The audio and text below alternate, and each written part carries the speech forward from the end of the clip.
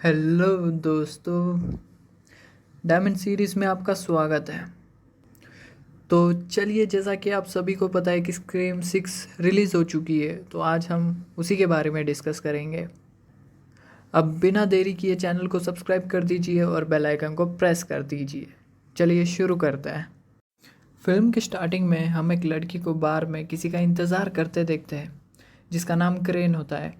और crane ब्लैकमो university में filmography पढ़ती है। बहुत देर तक इंतज़ार करने के बाद भी क्रेन का डेट नहीं आता है और फिर वो वहाँ पे बहुत ज़्यादा डिसअपॉइंट हो जाती है। फिर क्रेन को एक आदमी का फ़ोन आता है जो सपोजिवली उसका ही डेट था, और वो आके क्रेन से माफ़ी मांगने लगता है। और वो इसीलिए कॉल किया था क्योंकि वो एक बार का रास्ता भूल चुका था। अब क्रेन उससे बात करती रहती है और वो बातों में क्रेन को उलझाते हुए बाहर के रास्ते को पूछता है और उसे बाहर बुला लेता है। और उसको वो एड्रेस करने लगता है, उसको रास्ता बताने लगता है कि यहाँ चलो यहाँ चलो, और अंधेरी रात होती है। और अब आप लोग तो गेस कर ही चुके होंगे, आई मीन। और फिर पीछे से क्रेन पे एक गोश्त फेस किलर अटैक करता है और फिर वो घोस्ट क्रेन को मार देता है। और क्रेन को मारने के बाद फिर वो ऐसा करता है जो हमने कभी स्क्रीन पे देखा ही नहीं। वो अपने फेस मास्क और कॉस्ट्यूम को निकाल देता है और वहीं पे रख के निकल जाता है। फिर हम अगले सीन में इस किलर को तारा से इंटरेक्ट करते देखते हैं। तारा न्यूयॉर्क में ब्लैकमो यूनिवर्सिटी में पढ़ती है, और जो किलर होता है हमें उसका नाम भी पता चल जाता है, जिसका नाम जेसन होता है। वो भी उसी का क्लासमेट होता है। अब जेसन वापस अपने घर आ जाता है। वो घर आते ही अपने मास्क को उतार के रखने जाता है, लेकिन उसे वहाँ पे उसका रूममेट नहीं दिख रहा होता, ग्रेग। और वो ग्रेग को आवाज़ देता है, लेकिन उसी टाइम जेसन को ग्रेग का कॉल आता है और फ़ोन पे ग्रेग गोस्ट फेस की आवाज़ में बात करने लगता है। और अब ग्रेग जेसन को बातों में उलझाता है और उसे बोलता है कि उसे ढूंढे, सेइंग कि उसे वो अभी उसी घर में है। और फिर जेसन आवाज़ को फॉलो करते हुए फ्रिज को ओपन करता है और फ्रिज में उसे ग्रेग की लाश दिखाई पड़ती है और वो वहीं पे कांप उठता है, घबरा जाता है और उसे संभलने का मौका भी नहीं मिलता। तब भी किलर उस पर अटैक कर देता है पीछे से और उसे मार डालता है। अब यहाँ पे हमें पता चलता है कि इन दोनों का सैम और तारा को भी मारने का प्लान है आगे। अब अगले सीन में हम सैम को देखते हैं जो कि एक थेरेपिस्ट के पास जाती है और वो थेरेपिस्ट उससे सबसे डरावने फियर के बारे में डिस्कस करने बोलते हैं। और सैम बताती है कि पिछले साल वुड्स वॉर्म में क्या क्या हुआ था। वो इसीलिए अपने फीलिंग्स के साथ स्ट्रगल कर रही है क्योंकि उसने रिची को मारते समय गिल्ट महसूस नहीं की, बल्कि उसे तो कुछ फील ही नहीं हो रहा था उसे मारते समय। और थेरेपिस्ट को लगता है कि ये चूतिया बना रही है और वो इसीलिए उसे आगे ट्रीट करने से मना भी कर देता है। और बाद में हमें पता चलता है कि पिछले साल के इंसिडेंट के बाद सैम की ज़िंदगी बहुत ज़्यादा डिस्टर्ब हो चुकी है। फिर हमें पता चलता है कि सैम उसके पड़ोसी डैनी से डेट करती है। फिर इसके बाद सैम अपने घर आती है जहाँ पे वो तारा और एक क्विन नाम की स्टूडेंट के साथ रहती है। जहाँ सैम वुड्स वॉर्न इंसिडेंट के बाद अपनी बहन को अकेला नहीं छोड़ती। और अब प्रेजेंट सीन में क्वीन सैम को बताती है कि तारा ओमेगा बीटा थीटा, अरे लोड़ा क्या है, लोड़ा लसन की पार्टी में गई है, चलिए ये मान लेते हैं। जिससे सैम बहुत ज़्यादा टेंशन में आ जाती है। Now coming back to scene, हम पार्टी का सीन देखते हैं जहाँ तारा मिंडी और चैट से मिलती है। तारा यहाँ पे एक बंदे के साथ जाना चाहती थी और तभी चैट उसे रोक देता है और तभी सैम भी वहाँ आ जाती है। और ये लोग तारा बहन की लोड़ी को लेके पार्टी से निकल जाते हैं, जो तारा को बिल्कुल अच्छी नहीं लगती। और यहाँ तारा अपनी बड़ी बहन से झगड़ा करने लगती है, बोलती है कि मैं खुद अपनी रक्षा कर लूँगी, ये मुझे पसंद नहीं तुम्हारा ओवर प्रोटेक्टेड बिहेवियर। और अब नाव घर वापस आने के बाद क्वीन तारा को शांत करती है और अपने बारे में कुछ कुछ बताती है, जहाँ पे हमें पता चलता है कि क्वीन का बाप न्यूयॉर्क पुलिस डिपार्टमेंट में काम करता है। और अभी इन सब के दौरान टीवी पर गोश्त किलिंग की खबर आ जाती है, जिसे सुनकर तारा बहुत ज़्यादा टेंशन में आ जाती है। और फिर सैम तारा को तुरंत यहाँ से ले जाना चाहती है, लेकिन तभी एनवाईपीबी से बेली डिटेक्टिव का फ़ोन आता है जो उन्हें जल्द से जल्द पुलिस स्टेशन बुलाते हैं और बोलते हैं कि जेसन और ग्रेग के मर्डर साइट पे उन्हें तारा और सैम का लाइसेंस मिला है, जहाँ पे क्लियरली पता चलता है कि कोई उन्हें मर्डर के लिए फ्रेम करने की कोशिश कर रहा है या फिर इन्हीं बहन की लोडों ने पेला है, मतलब मर्डर किया है। और अभी पुलिस स्टेशन जाने के रास्ते पे सैम को रिची का कॉल आता है और फिर सैम को लगता है कि यही किलर होगा, और किलर सैम को उसे धन्यवाद देने के लिए कॉल किया था क्योंकि उसने जेसन और ग्रिग को मार गिराया था, जो कि अल्टीमेटली सैम को मारने वाले थे। जिस पे सैम बोलती है कि अबे लौड़े, हमें क्यों बचा रहा है तू।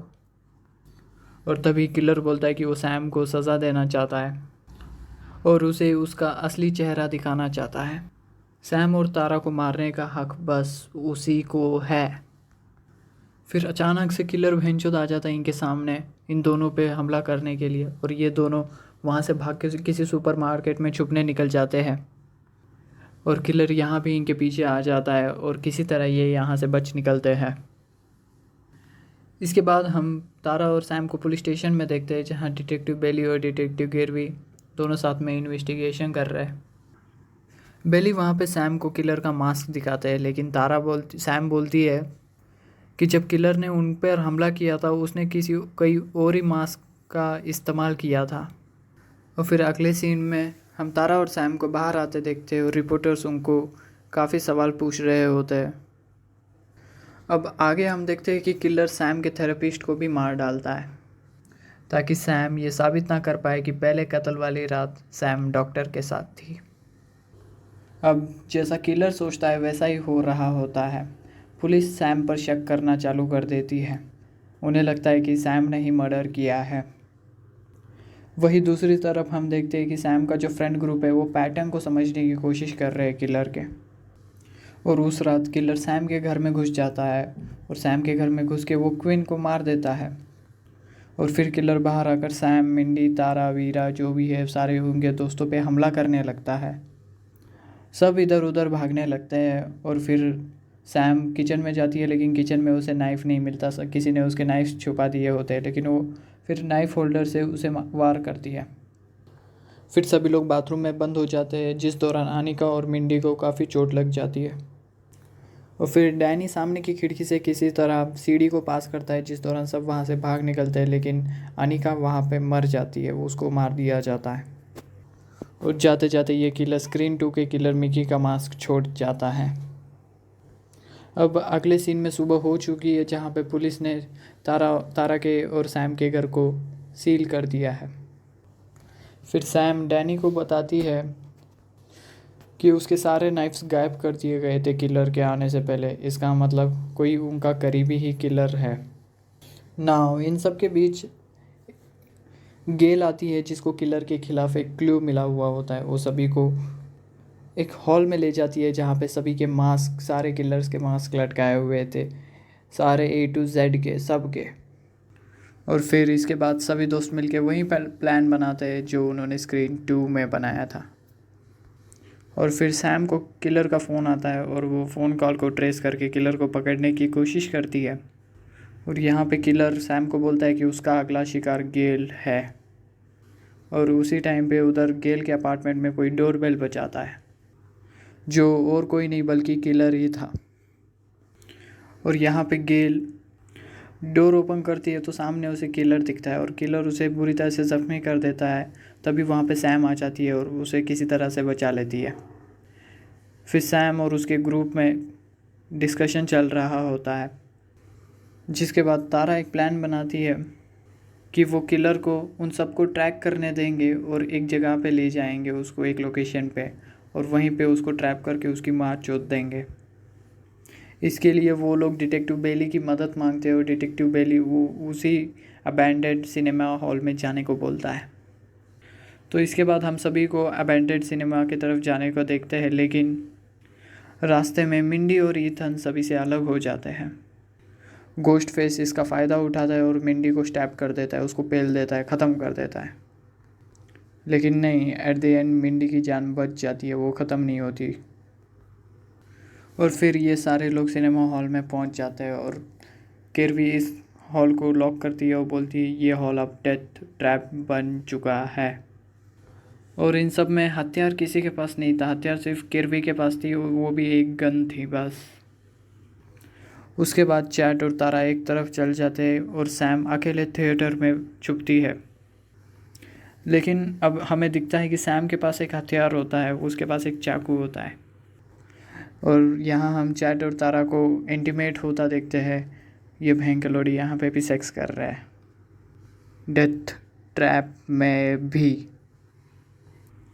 फिर सैम को डिटेक्टिव बेली का कॉल आता है, जो बोलते हैं कि उन्हें FBI से कॉल आया था कि डिटेक्टिव क्वेरी को भी 3 महीने पहले ही सस्पेंड कर दिया गया है और उसे मेंटली अनस्टेबल कहा गया है।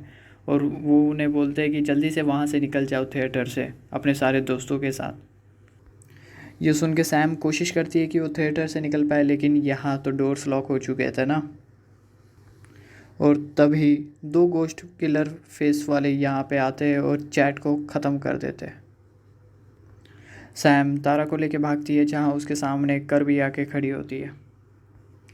तारा और सैम कहते हैं कि उन्हें उसका सच पता लग चुका है, लेकिन कर्बी कुछ समझ नहीं पाती है। और दूसरी तरफ डिटेक्टिव बेली आते हैं और कर्बी की गांड मार के ख़त्म करते हैं उसे। और अब यहाँ पे आता है ट्विस्ट, जहाँ पे दोनों गोस्ट किलर फेस वाले आके डिटेक्टिव बेली को ज्वाइन करते हैं। ये तीनों के तीनों मिले हुए थे और सैम और तारा को गन पॉइंट पे रखते हैं। और फिर सैम इन्हें अपना फेस रिवील करने कहती है और हमें पता चलता है कि ये किलर्स है ट्विन और ईथर। ये कहता है कि रिची इनका भाई और डिटेक्टिव बेली का बेटा था जिसे सैम ने मार डाला। फिर ये लोग सैम के खिलाफ प्लान बनाते रहे और उसके पीछे न्यूयॉर्क तक आते गए। और अब बेली सैम को बिली का मास्क पहनने को बोलता है, ताकि लोगों को लगे कि वो सही में अपने पिता की फ्रेंचाइजी मूवी को पूरा कर रही थी। लेकिन सैम यहाँ पे बेली को बातों में उलझाती है और इस बात का फ़ायदा उठाते हुए तारा ईथन को मार डालती है। और फिर सैम और तारा फायर एस्केप से भागने की कोशिश करते हैं और इनका रास्ता क्विन रोकने की कोशिश करती है, लेकिन सैम उसे भी मारते हैं। और फाइनली लास्ट में बचा था बेली, जिसे सैम अपने पिता के अंदाज में गोश्त मास्क पहन के ख़त्म करती है, मारती है। और यहीं पे फिल्म की कहानी ख़त्म होती है।